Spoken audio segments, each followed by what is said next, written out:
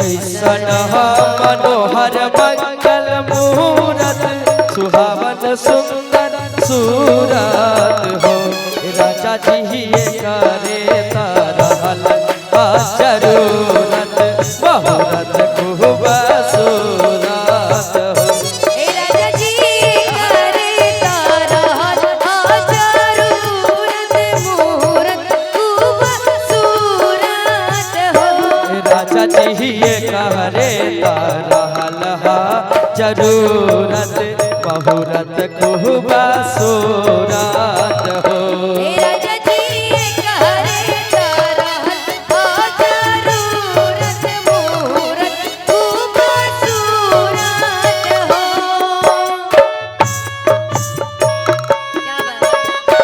क्या बात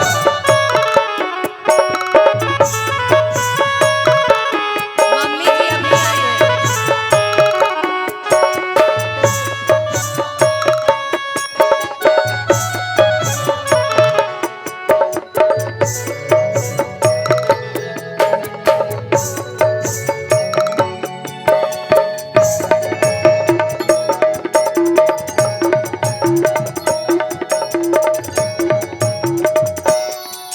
और इसमें जो मेन लाइन है अरे मम्मी जो जी कि अभी यूट्यूब आई पे है। न जाने कितना मिलियन व्यूज दिया है। अरे मम्मी जी अभी आई हैं भाई। कहाँ है पापा मम्मी आ गए। जी? रुकिए ना, बड़ी मम्मी बुआ और मम्मी जी आइए। अब ये लाइन सुनिए पहले स्वीटी जी रुक जाइए। कि हमारा जनाता बबुआ जी अब होई है अरे अरे नाना उता डियम होई है हो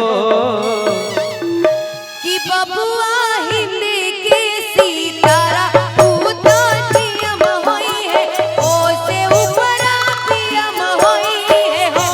बबुआ।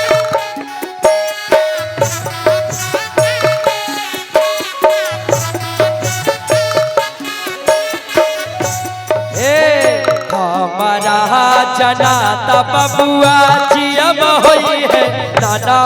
उता डियम होई है हो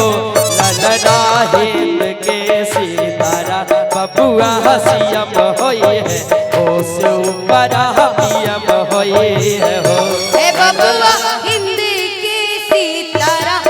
उता पियम होई है ओ से ऊपरा पियम होई है हो मम्मी सबका नाम और थोड़ा झूम के कि बबुआ हिंद के सितारा बबुआ हसियम होई है ओ से ऊपर पियम होई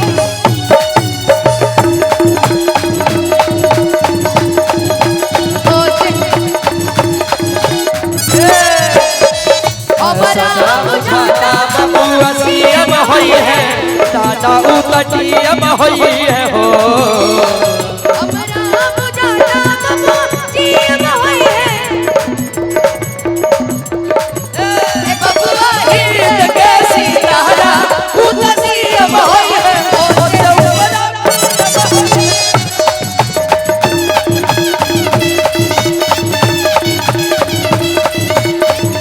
ए बबुआ इंडिया के सितारा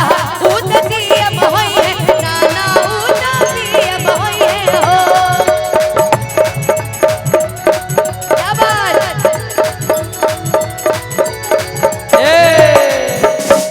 बबुआ हमार महाराजा होई है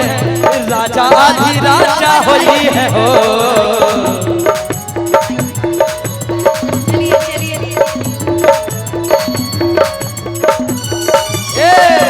बबुआ हमार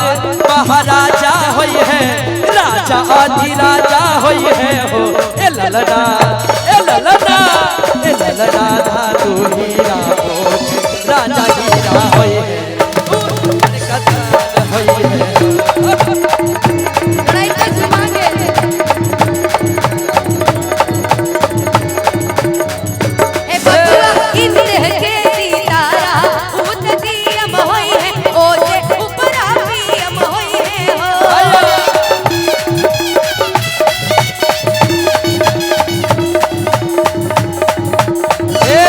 हमारा बुझाता बबुआ जियम होई है नाना उतटियम होई है हो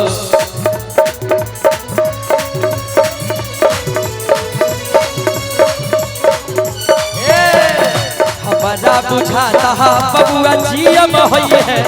नाना उता डीएम होई है हो ए ललना हिंद के सितारा बबुआ सीएम होई है ओ से ऊपरा